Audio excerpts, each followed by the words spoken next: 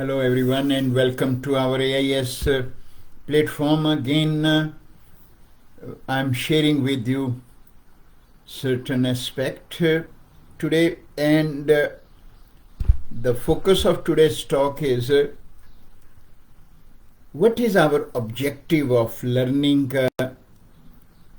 these modalities, what we talk about Vedic modalities, Ayurveda, yoga and meditation. Why we make a decision to learn them. Now, as we all know, every individual have some kind of objective whenever they're trying to learn something.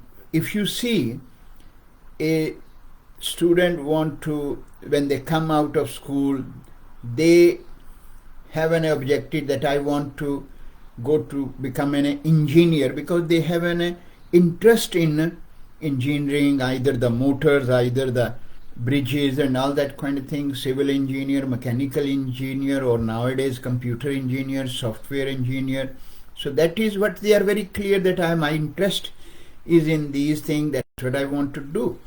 In the same way, someone want to take up law in university, they are more interested into becoming a lawyer, and they have much interested to fight for people or do the things. In the same way, many people will be keen to become doctors because they feel they love this profession.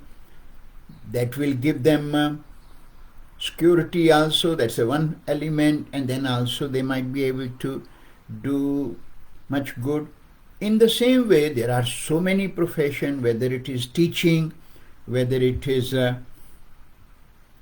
healthcare services, other services, or someone want to become a bureaucrat into these kind of services they want to do. So everyone has the objective.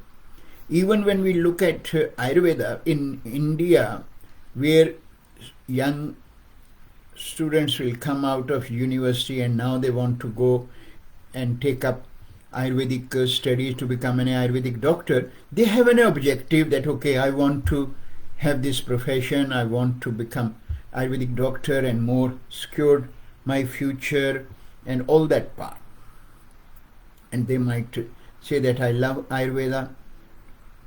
So everyone, you can see, no one will be there who will take up any profession, any learning without any objective. Now comes to this part of the world where we see Ayurveda, yoga, meditations are now coming up, and more people are choosing it in their life. But the point of difference here is, what is the objective?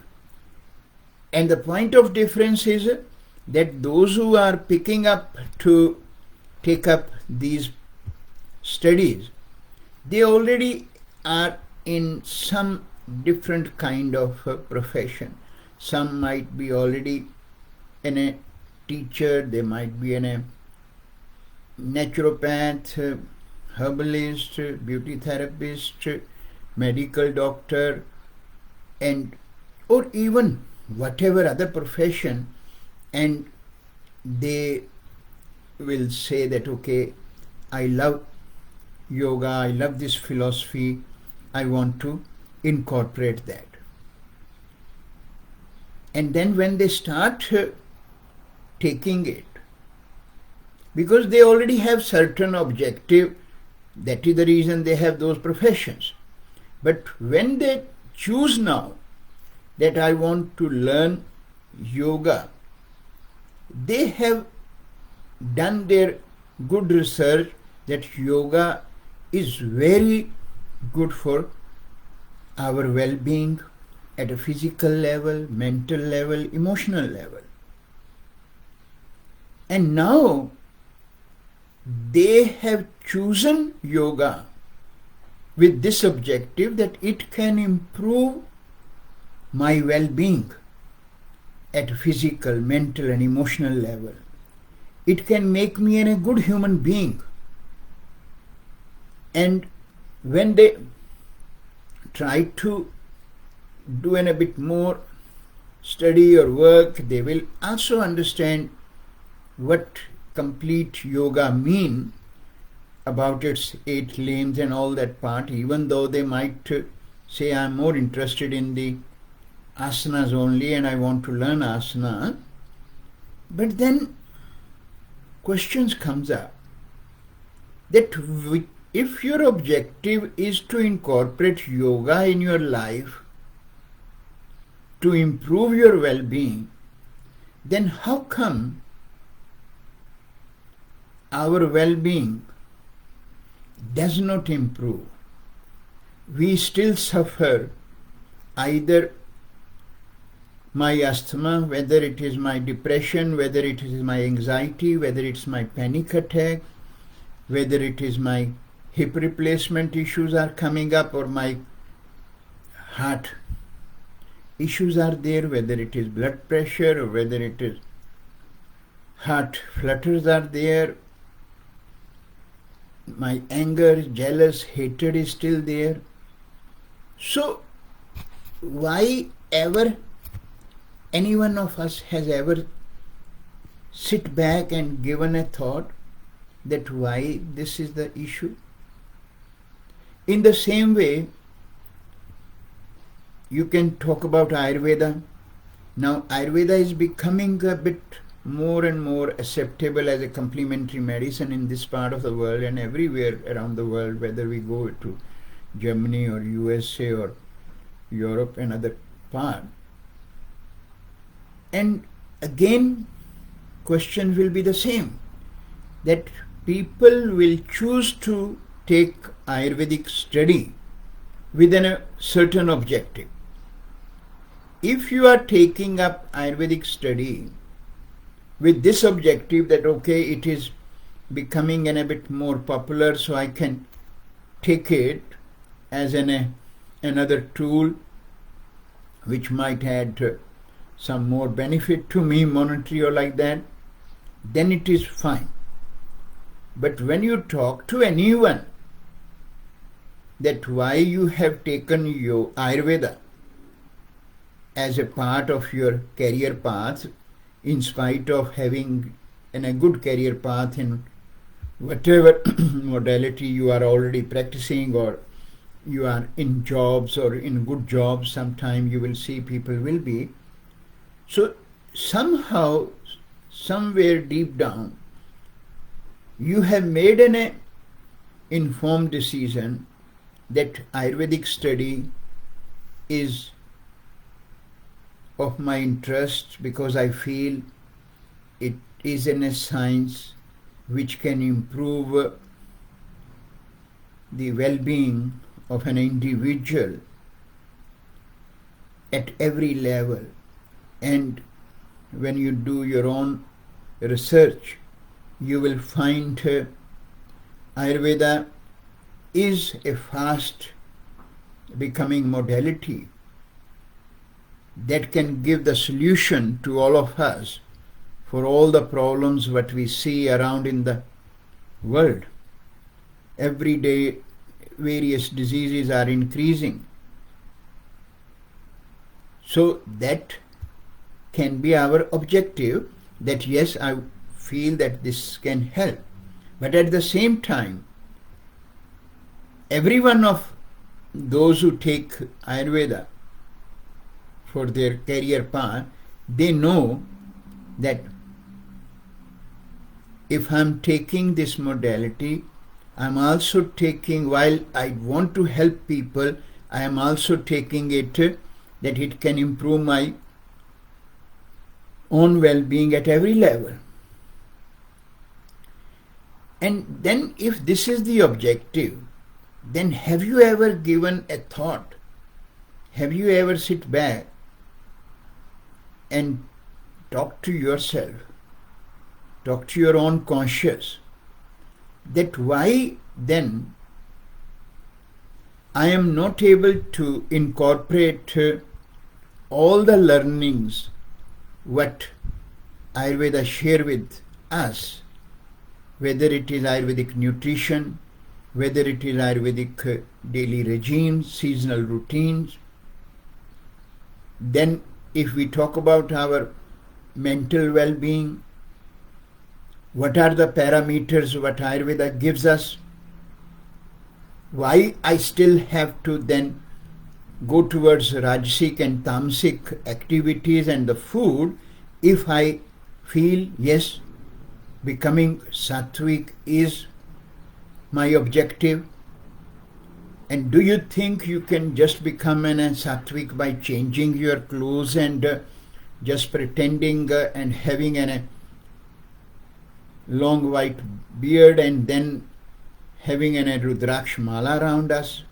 That is no stage Ayurveda ever talk about. So from where these ideas comes from? Why we don't look into mirror and think that I am learning this science, but I still have my own problems, whether it is physical, my gut problems are still there, I still suffer from indigestion, I still suffer from hyperacidity, I still suffer from constipation, I'm still suffering and getting my colitis more and more worse, I still have an arthritis, I still have to use my inhalers. On a mental level, I still have a sleep issue, I still get panic attack, I still get jealous and hated, I still not able to have a cordial relationship with my partner, I'm having no hesitation in giving up my 2 kids from one wife and then move on and don't even think of that what will happen to those 2 children of 2 years and 4 years when I'm leaving them and then getting into a new relationship. Why we don't looked into these all things? Have we ever given a thought? And that is what Ayurveda is all about. And when we take up these science within a wrong and false objective, to whom we are cheating, not to anyone, to ourselves. And that is what this science gives us in a very clear message, that all our sufferings are not coming from anywhere else, but they are all our own doings.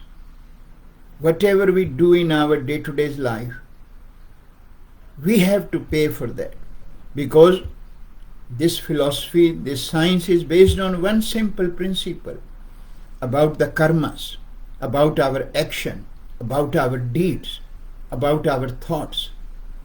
Whatever our thoughts will be, we have to pay for that, because thoughts will become an action. And if I cannot incorporate those principles which make me to choose Ayurveda, to learn, and still have my old habits, and I still have the habits of eating all the same incompatible food which I have learned under 005 unit if I am doing a diploma in Ayurveda, and all those incompatible combination in the form of those wonderful pizzas, burgers, then peanut butter, cheese, tomato sauce, chili sauce, coffee, smoothies nowadays, another one, then the plant-based milk, which is the biggest issue of well-being nowadays. Then question I am asking to all of us, sharing with all of us, that why we adopt these sciences while we have our very good career path, whatever we are doing. Somehow deep down we are not happy with our present situation, whatever it might be. And that is the reason I have chosen this science, which I feel I align with, that I love its values or principle. But then if I love, I respect the values of this science, why they don't become a part of my own life, so that my own sufferings can get mitigated? And then another issue comes up, that when we have adopted these science and then try to follow certain things here and there,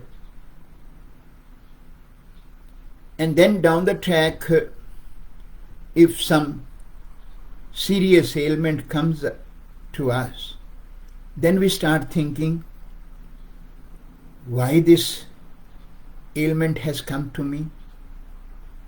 And then we start getting bogged down with that ailment, start getting a bit more anxious and nervous.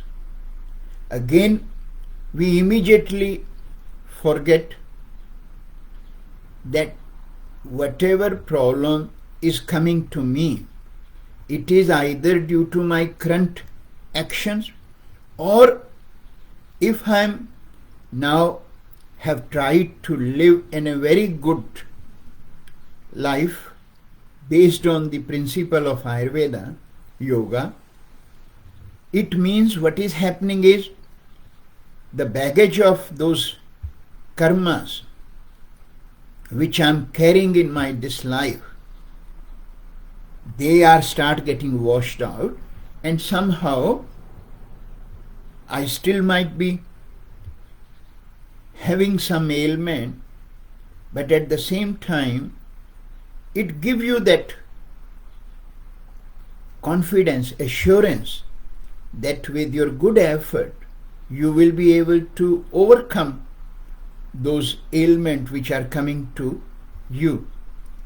And we immediately forget that I don't know that how bad or how intense that ailment which I'm having today to some extent could be if I was not following Ayurveda and yoga in my life.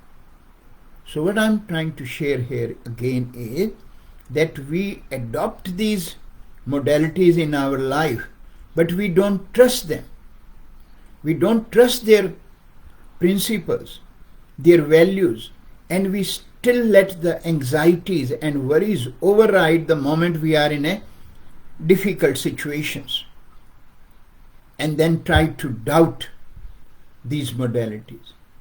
Whereas the principle of these modalities is, when you are in a dark situation, you need to be more stronger and incorporate and follow and apply those principles in your life now more seriously. Whenever we are in trouble, first thing goes out of our life is all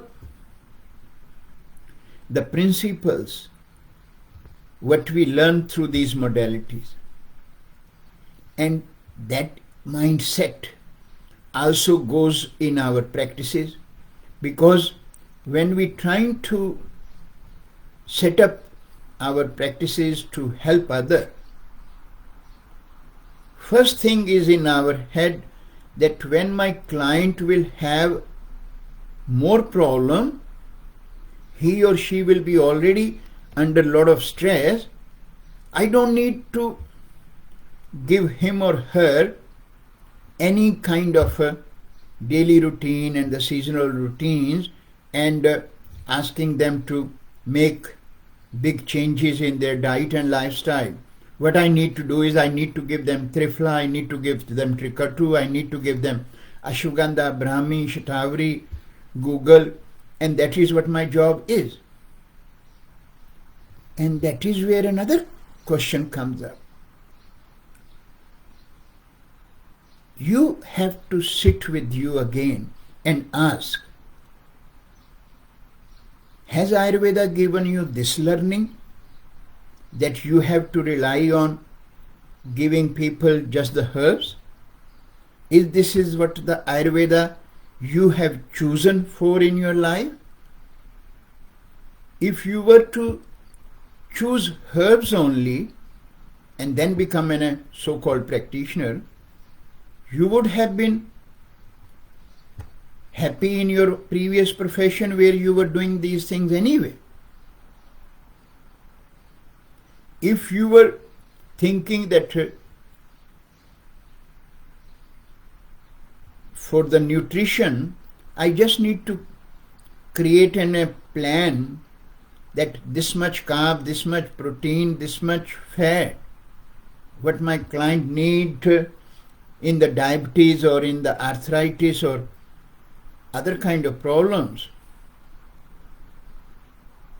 and not to consider that whether those food items which I am identifying are compatible for that person and what is the state of the Agni of that client, then why are we choosing Ayurveda to add into my existing knowledge? I should be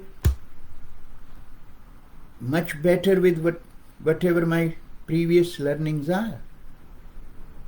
And that is what my objective is today, to share with all of you that if you all are making a choice to take Ayurveda, get your objectives clear. Get your thoughts clear that why you have chosen Ayurveda. If you have chosen Ayurveda because this science gives us a complete approach for well-being, then make sure whatever you have loved and made a change in your life to adopt this science, then apply that in everywhere. And another thing I would like to share here is, because nowadays it's in a social media dominant world, and then on top of that what we call as artificial intelligence is coming up, which is making life of all of us much and much more easy. Because I have been told recently that many students nowadays just try to do their assignment by asking this artificial intelligence. How it works, I have no idea, because I'm not even having an ABC that where to go and find that. But I'm sure all of you are very technology dominant people, which is good.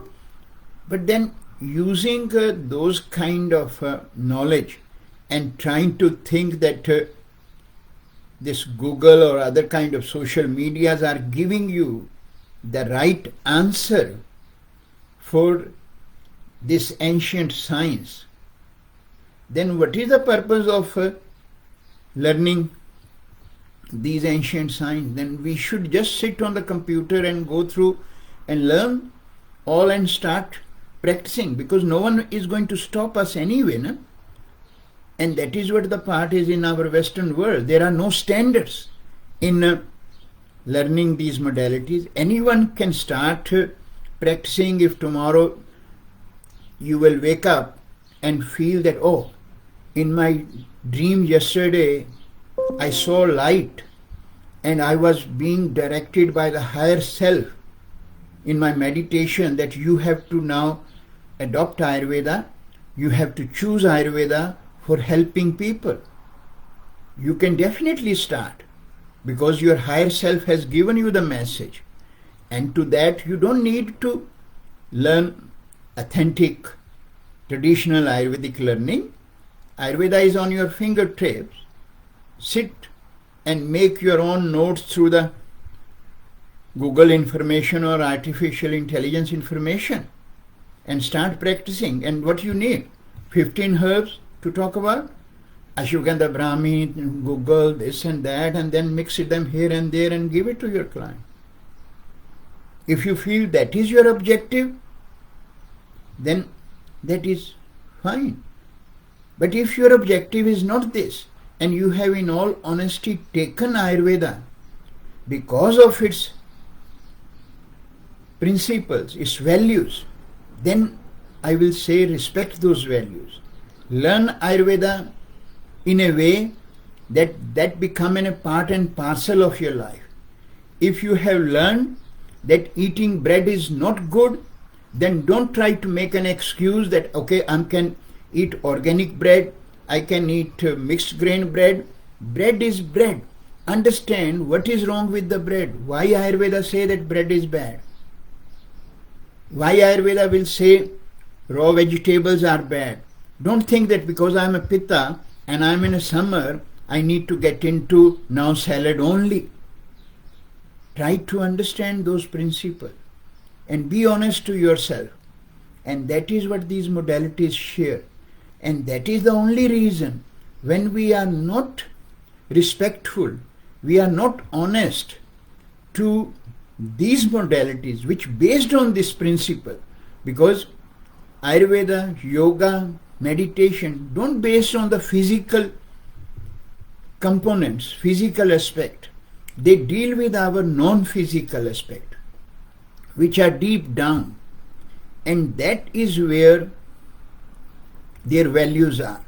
And if we can understand, recognize the strength and the power of those non-physical aspects and be honest to our inner self, which we call as Chit, we can mitigate all our sufferings. Then we don't need to sit back and think that why I got this suffering. Sufferings are all our own deeds. And when we are dishonest to ourselves, sufferings comes up. And the same is in regard to when we deliver our knowledge to the people, but we are delivering something which we have not learned, which was never a part of my learning, and trying to make it as a part of my now practice without learning, without having a right knowledge. What you are doing is you are adding more karma to yourself. No one can run away from this. If even you will say that I don't believe in that, I am made of a steel, I will not get impacted by these things. We are just making ourselves fool. Every one of us will pay for whatever we do.